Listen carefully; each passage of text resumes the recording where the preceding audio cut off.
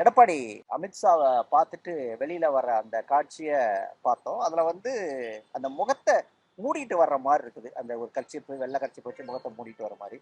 அமித்ஷாவை தான் பார்த்துட்டு வராரு. ஏன் முகத்தை மூடிட்டு வரணும்? முகத்தை மூடி கொண்டு வந்தாரா அல்லது பத்திரிகையாளர்களை சந்திப்பதற்கு பதிலற்ற நிலையில் பத்திரிகையாளர்களை தவிர்க்க வேண்டும் என்பதற்காக முகத்தை மூடி இருக்கலாம்.